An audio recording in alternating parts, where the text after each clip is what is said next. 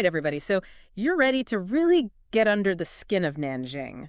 Yeah. You want something, more than just like top 10 things to do in Nanjing. Right. You want to understand the place a little bit. A little bit more of a deep dive. More of a deep dive. Absolutely. You want to come away not just with some nice, Instagram shots, which you will get, by the way, but also a sense of what this city's all about. Yeah. And lucky for you, we've got like a bit of a cheat sheet for you today. We do. We've got 5 spots. 5 key spots, yeah. That are going to give you kind of this mini crash course in what Nanjing is. Like a highlight reel, almost, of Nanjing's history. So should we just jump right in? Yeah, let's get into it. Okay, first up, Yat-sen Mausoleum. Big one.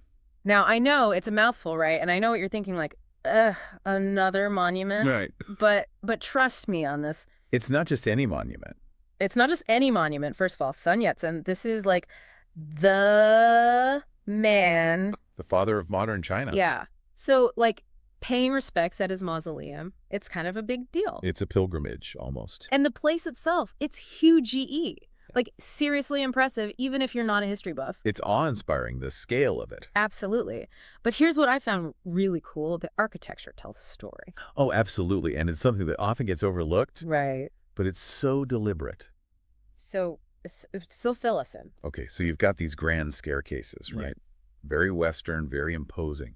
But then you look closer and you'll see traditional Chinese motifs incorporated into the design, like the railings, for example.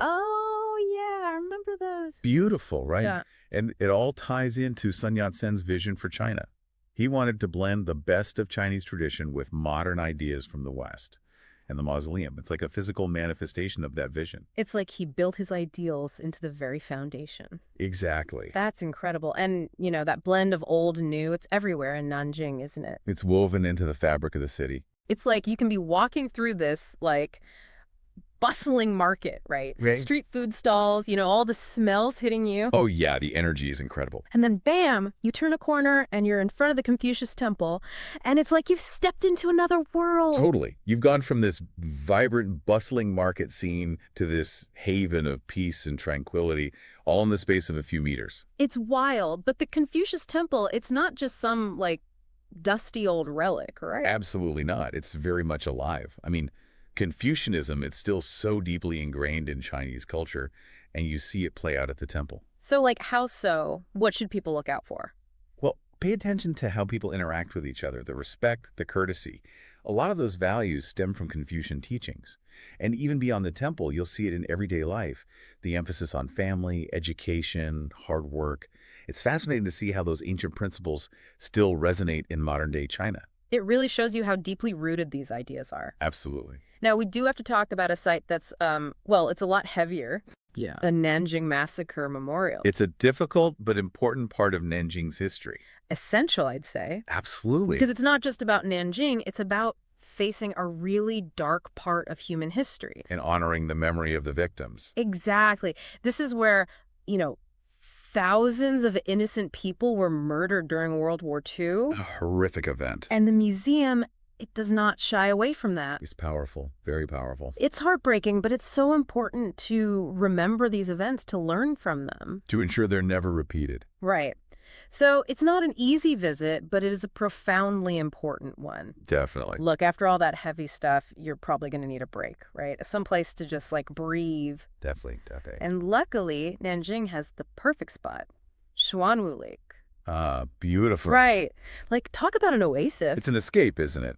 Right in the heart of the city. Seriously. Temples, gardens, those little pavilions over the water. They're peaceful. It's like stepping into a postcard. You can rent a boat, sip some tea, just soak it all in. It's all about finding that harmony with nature, even in the middle of the city. A very Chinese concept. I love that. All right, ready for one last adventure. This one's for the gram. Let's do it. Zhonghua Gate. Ever wanted to walk on a real ancient city wall? Who hasn't, right? It's like something out of a movie. This is your chance. And not just any wall. This is, like, the big one. The biggest city gate in all of China.